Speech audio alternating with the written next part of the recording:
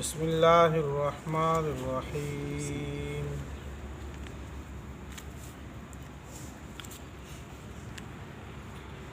سورہ نحل آیت نمبر 22۔ سورہ نحل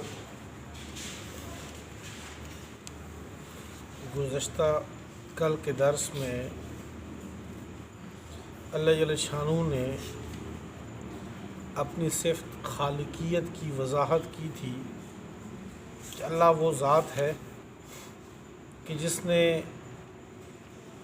تمہارے لیے جانور، زمین، یہ ساری چیزیں بنائی۔ وانزل من السماء ماء، آسمان سے پانی اتارا، پانی سے پھر پینا، درخت اگائے، اس میں کھیتیاں، زیتون، عناب، انگور، کھجور، ہر قسم کے پھل وغیرہ یہ اگائے۔ دن اور رات کو مسخر کر دیا، سورج، چاند، ستارے تمہارے کام میں لگا دیے۔ زمین میں مختلف قسم کے، مختلف ذائقوں کے، مختلف رنگوں کی چیزیں نکالی۔ سمندر تمہارے لیے مسخر کر دیا۔ زمین کے اوپر پہاڑ بچھا دیے، ڈال دیے تاکہ زمین تمہیں لے کر ہلے نہیں۔ ان سب چیزوں کو ذکر کرنے کے بعد اللہ نے ارشاد فرمایا تھا افمن یخلق کمن لا یخلق، کہ وہ ذات جس نے ساری کائنات کے ہر ذرے کو پیدا کیا، وہ خالق، اور وہ جس کو تم اللہ کے ساتھ شریک ٹھہرا رہے ہو، وہ معبود جنہوں نے کبھی کچھ ایک مکھی تک پیدا نہیں کی، کیا وہ دونوں برابر ہو سکتے ہیں؟ تم سوچتے کیوں نہیں ہو؟ فلا تذکرون، عقل کیوں نہیں رکھتے؟ سوچو ذرا اس میں کہ جس نے مکھی تک نہیں بنائی اس کو تم آپ اللہ کے ساتھ شریک ٹھہرا رہے ہو۔ اور پھر اللہ فرماتے ہیں کہ جن لوگوں کو تم اللہ کے علاوہ پکارتے ہو، اللہ کے علاوہ تم جس کو بھی پکارتے ہو، لا یخلقون شیئا، انہوں نے کبھی کچھ پیدا ہی نہیں کیا۔ وہم یخلقون، وہ تو خود پیدا شدہ ہے، وہ خود اللہ کی تخلیق ہے، وہ مخلوق ہے۔ مخلوق تو عاجز ہوتے ہیں، جو خود مخلوق ہو وہ کیسے خدا ہو سکتے ہیں؟ بلکہ وہ جو فوت ہو جائیں تو اموات غیر احیاء، وہ تو پھر مردہ ہیں، اس کے بعد زندگی کی کوئی رمق نہیں وہاں پہ۔ وما یشعرون ایان یبعثون، ان کو تو اپنے بارے میں بھی پتہ نہیں چلتا کہ ہم قبروں سے پھر کب اٹھائے جائیں گے۔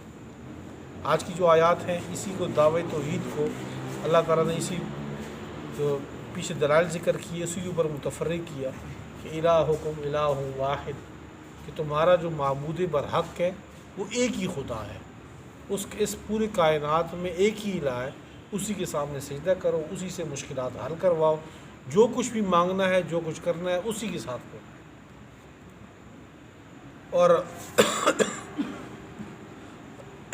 جو مشرکین ہیں ان کے بارے میں ارشاد فرمایا، قرآن کے بارے میں تو مذاق اڑاتے ہیں۔ قرآن پاک کی جب آیات سنتے ہیں آپ ان مشرکین سے پوچھیں، ان کافروں سے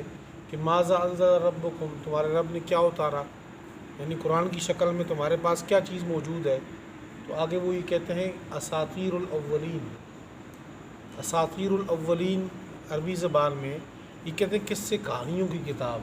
سابقہ جو لوگ گزرے ہیں اس میں بابا آدم کا ذکر ہے، اس میں حضرت یوسف کا ذکر ہے، اس میں حضرت ابراہیم کا ذکر ہے، یہ سابقہ جو انبیاء گزرے ہیں قصے کہانیاں ہیں، یہ قصے کہانیوں کی کتاب ہے، کوئی نصیحت والی کتاب نہیں۔ اللہ جل شانہ فرماتے ہیں کل قیامت میں ان لوگوں نے اپنی گمراہی کا پورا بوجھ اٹھایا ہوگا، ان کے کندھوں کے اوپر اپنا بوجھ ہوگا، بلکہ جو لوگ ان کی وجہ سے آگے گمراہ ہوئے، جن کو ان لوگوں نے گمراہی کا راستہ دکھایا، ان کی گمراہی کا بوجھ، ان کے گناہوں کا بوجھ بھی ان کے کندھوں پر ہوگا۔ یعنی ہر بندے نے اپنے اپنے گناہ تو اٹھائے ہوں گے، لیکن اس کے ساتھ ساتھ جو بندہ کسی کی گمراہی کا، کسی کی گناہ کا سبب بن رہا ہو تو اس کے گناہ بھی اس کے کھاتے میں لکھا جائے گا۔ جس طرح حدیث میں آتا ہے کہ اگر ایک آدمی خود نیکی کرتا ہے تو اس کو اس نیکی کا ثواب ملتا ہے، اور اگر ایک بندہ کسی کو نیکی کی ترغیب دیتا ہے، رہنمائی کرتا ہے، اگلا بندہ جو ہے وہ کام کرے تو اس کے اجر میں کمی نہیں ہوتی، اس کو بھی اس کے کھاتے میں لکھ دیا جاتا ہے۔ اگر آپ کے کہنے سے کوئی بندہ نماز کو آتا ہے تو وہ اپنی نماز پڑھتا ہے، اپنی نماز کا اس کو پورا ثواب ملتا ہے، اور جس بندے نے اس کو رہنمائی کی ہے اس رہنمائی کرنے والے کو بھی اس کا ثواب ملتا ہے۔ جو رہنمائی کا ثواب ملتا ہے، اسی طرح اگر ایک آدمی کا ذاتی گناہ ہے تو اس کا وبال بھی اس کے اوپر ہے، اور ایک آدمی کا گناہ متعدی ہے کہ وہ اوروں کو گمراہ کر رہا ہے، مسلمان معاشرے میں فحاشی کا سبب بن رہا ہے،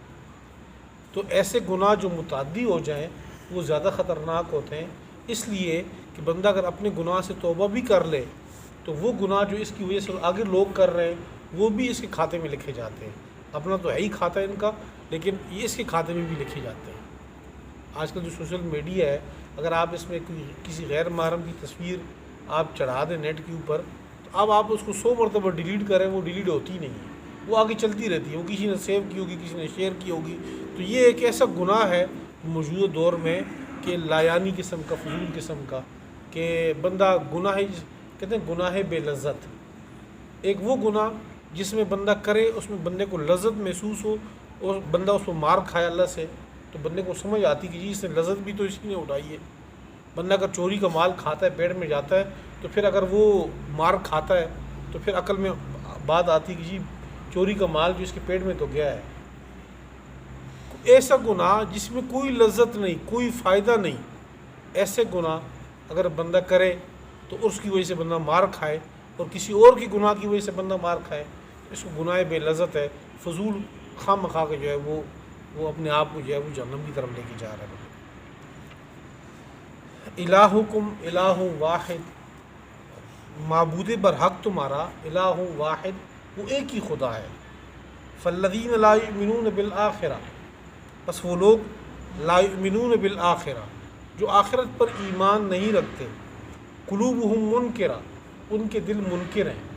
اس بات کو تسلیم ہی نہیں کرتے آخرت کو، وہم مستکبرون، اور وہ تکبر کرتے ہیں۔ لا جرم، یقینی بات ہے، ان اللہ، بے شک اللہ تعالیٰ، یعلم ما یسرون،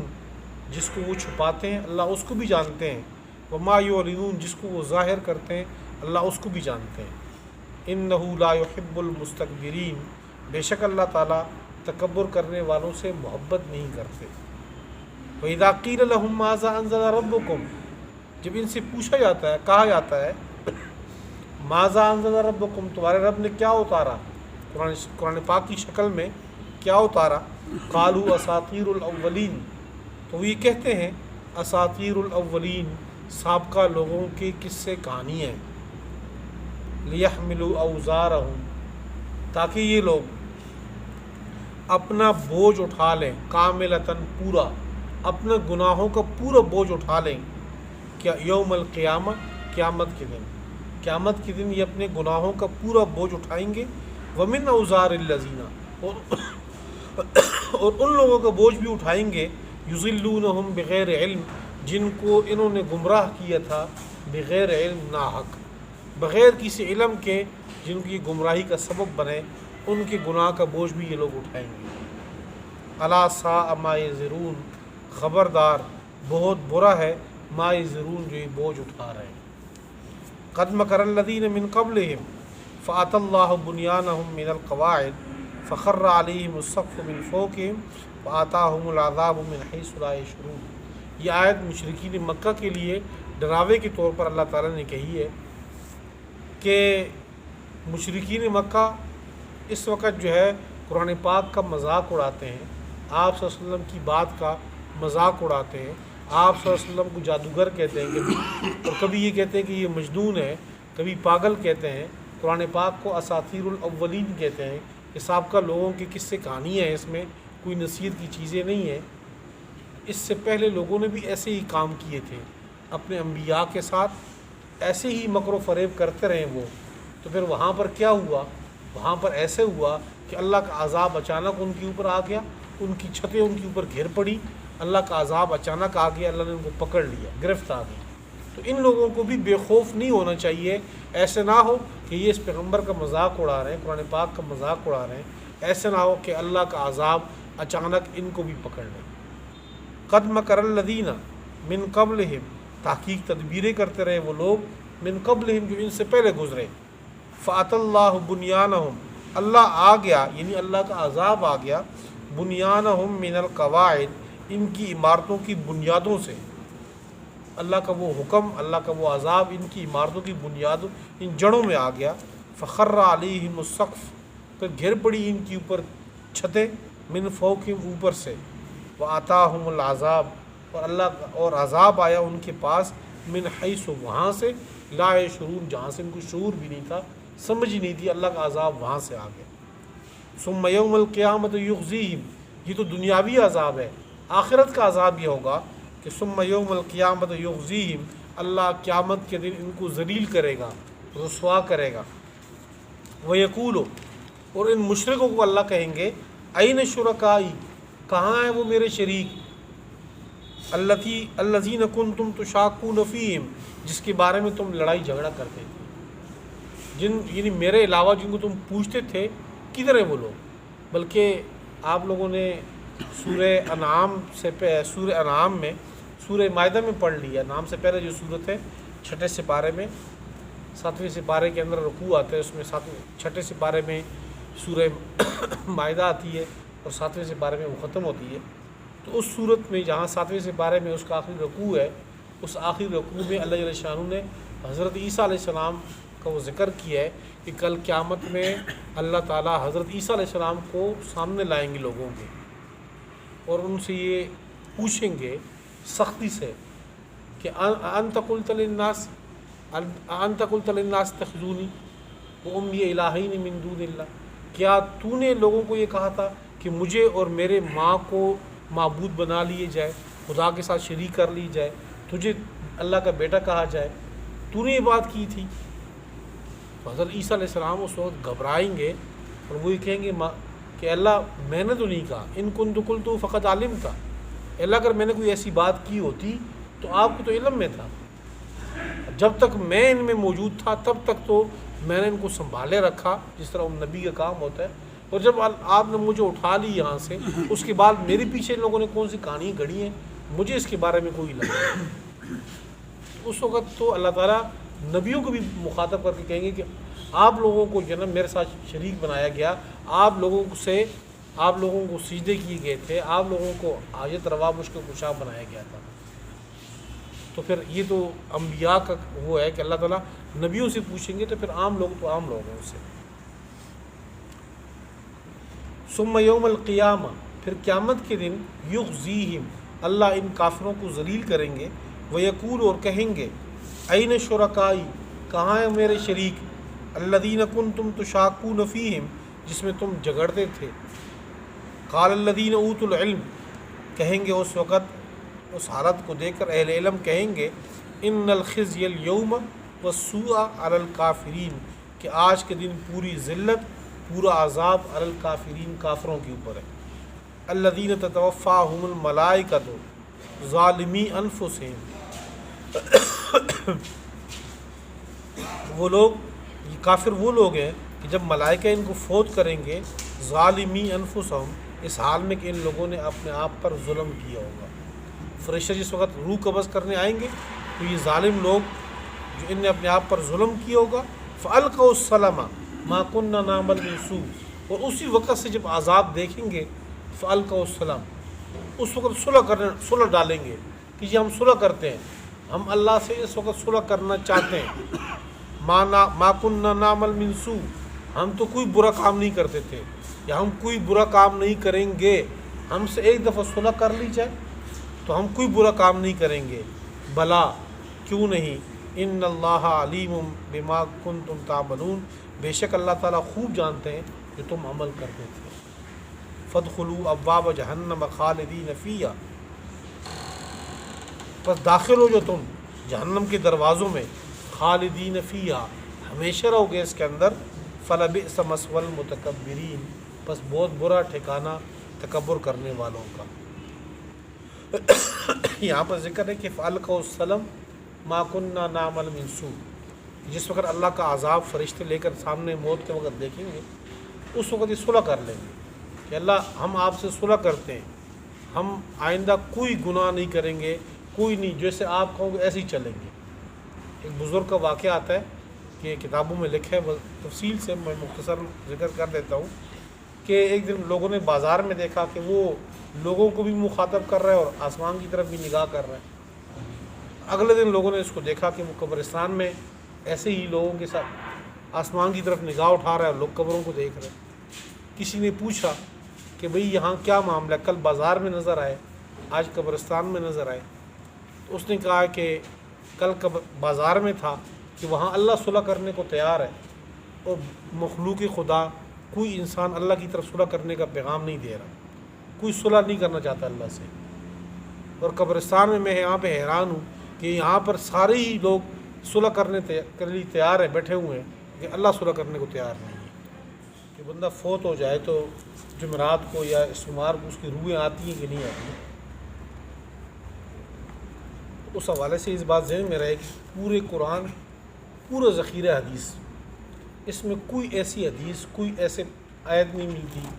کہ جس میں روح کا دوبارہ دنیا میں آنے کا ذکر ہو، قطعاً نہیں۔ بالکل دو ٹوک اس میں فیصلہ ہے۔ ایک تو ہے نا کہ اس میں کوئی دو رائے ہوں، کمزور رائے کوئی نہیں، باقی کس سے کہانیاں لوگوں نے لکھی ہیں، کتابیں لکھی ہیں،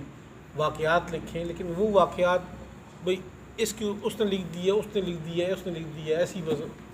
جس طرح ہم لوگ کہتے ہیں کہ بھئی سن 65 کی جنگ میں فلاں بابا جو ہے وہ فلاں شہر کی حفاظت کر رہا تھا، ادھر سے بم گرتا تھا، پکڑ لیتا تھا، یعنی کہ کس سے کہانی ہے لوگوں نے مشہور کی ہوئی ہے۔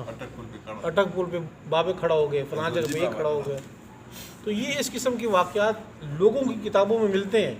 لیکن اگر آپ ذخیرہ حدیث کو چھان مارو یا قرآن پاک کو وہ کرو دیکھو تو اس کے کہیں اس کا ثبوت نہیں ملتا۔ موت کو 4 جگہوں پہ دوبارہ زندہ ہونے کا ذکر ہے۔ ایک حضرت موسیٰ علیہ السلام کے ساتھ وہ جو 60 بندے گئے تھے، 70 بندے، وختار 70 رجلا، وہاں پر حضرت اللہ تعالیٰ ان نے اڑی ڈال دی تھی کہ ہم اللہ تعالیٰ کو سامنے دیکھنا چاہتے، وہاں تجلی آئی، 70 کے 70 بندے مر گئے، پھر اللہ تعالیٰ نے ان کو دوبارہ زندہ کیا موسیٰ علیہ السلام کی دعا سے۔ یہ ایک واقعہ قرآن پاک میں ذکر ہے۔ دوسرا حضرت عزیر علیہ السلام کو موت کا ذکر، مارا، اس کے بعد ان کو اٹھایا، اس کا ذکر ہے۔ تیسرا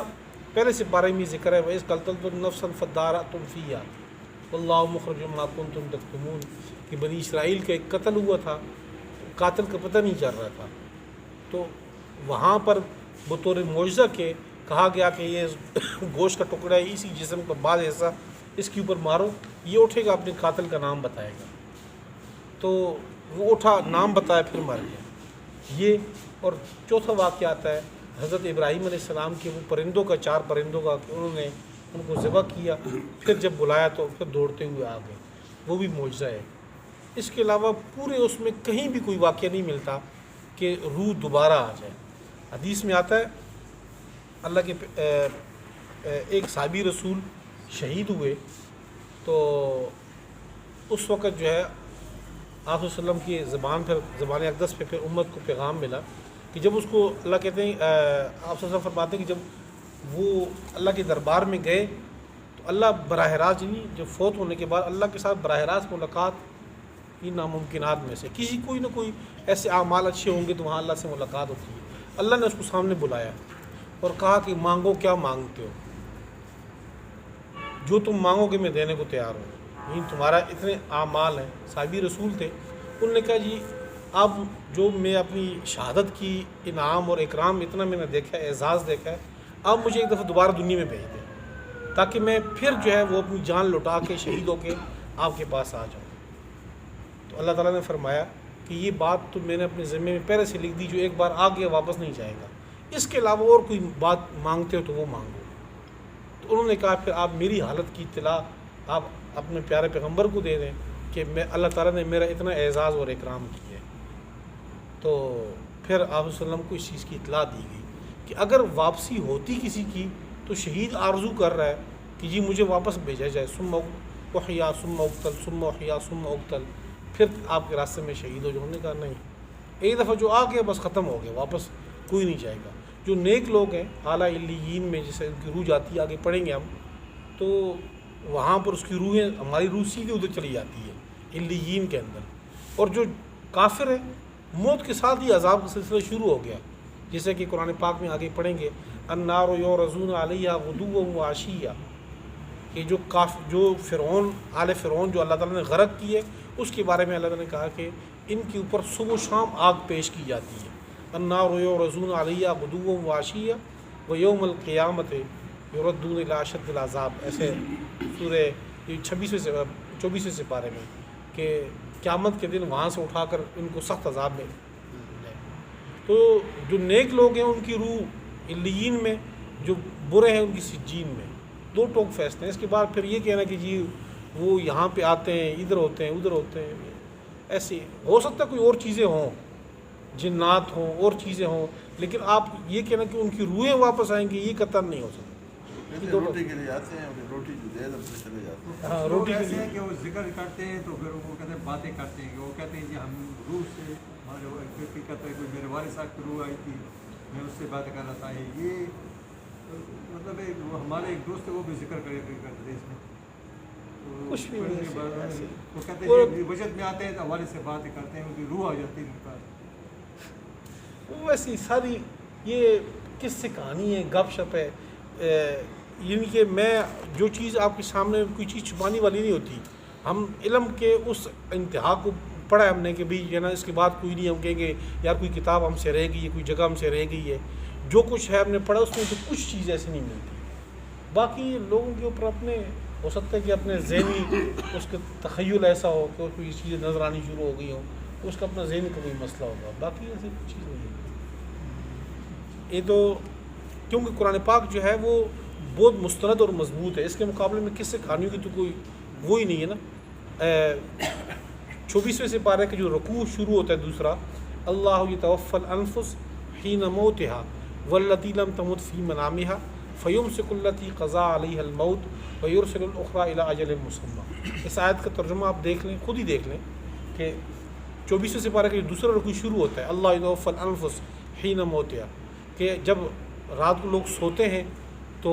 یہ نیند جو ہے یہ اس کی کیفیت موت کی طرح ہوتی ہے، تو اللہ تعالیٰ فرماتے ہیں کہ ان کی روحیں میرے پاس آتی ہیں، اب کیسی کیفیت ہے اللہ ہی جانتا ہے، لیکن جس کی موت کا فیصلہ ہوتا ہے اس کی روح کو میں فیمسک التی قضا علیہ الموت، کہ جس کے اوپر موت کا فیصلہ ہوتا ہے اس کی روح کو میں روک لیتا ہوں۔ بندہ رات کو سویا تو صبح اٹھ ہی نہیں سکتا، ختم، بس اس کی روح کو میں روک لیتا ہوں۔ وَيُمْسِكُ الَّتِي وَيُرْسِلُ الْأُخْرَىٰ إِلَىٰ أَجَلٍ مُّسَمًّى، اور جس کی موت کا فیصلہ نہیں ہوتا اس کی روح کو میں چھوڑ دیتا ہوں، وہ صبح دوبارہ اٹھ کے چلا جاتا ہے۔ اب قرآن پاک میں امساک کا ذکر ہے کہ میں روح کو روکتا ہوں، یعنی کہ میں روح کو اپنے پاس رکھ لیتا ہوں۔ اب قرآن پاک کے مقابلے میں اتنی کوئی مستند واقعہ سامنے آ جائے کہ جو کہہ دے کہ نہیں جی اللہ نے پھر روح کو واپس بھیجا ہے، تو واپس بھیجنے کا کوئی ذکر نہیں۔ وہ کہتے ہیں کہ علماء جو ہے جہاں سے علم ختم ہوتا ہے وہاں سے ہمارا شروع ہو جاتا ہے، بس وہ پھر اس کے آگے کاروبار بھی شروع وہیں سے ہو جاتا ہے۔ بعض لوگ کہتے ہیں کہ جو ہے نا ہم نے اپنے رشتہ دار کو خواب میں دیکھا ہے، اس نے کہا کوئی صدقہ دے دو، کوئی خیرات کر لو، میں عذاب میں ہوں۔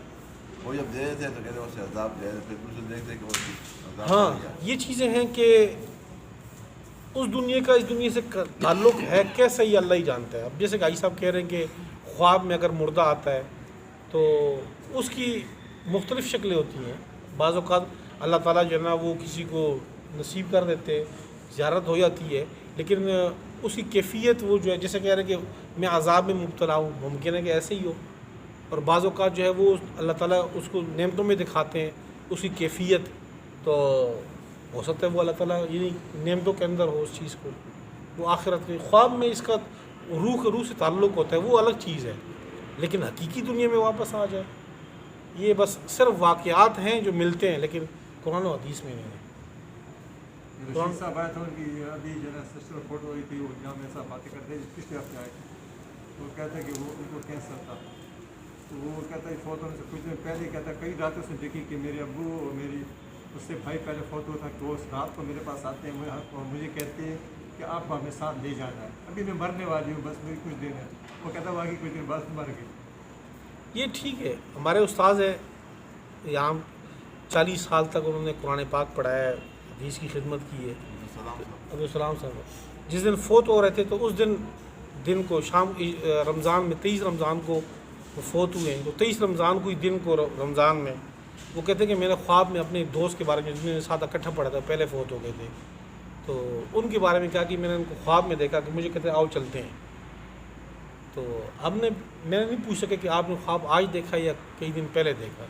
لیکن خواب انہوں نے دن کو بیان کی، شام کو فوت ہو گئی۔ تو اس قسم کی چیزیں ہوتی ہیں، اس قسم کے واقعات سے ہم انکار نہیں کرتے، لیکن یہ کوئی قابل حجت نہیں، ہر بندے کو نہیں ہوں گی، کسی کسی کو ہوں گی، کسی کو نہیں ہوں گی، تو اس سے کوئی دلیل نہیں پکڑ سکتا کہ یار یہ ایسے ہوگا، پکا ہوگا ایسے.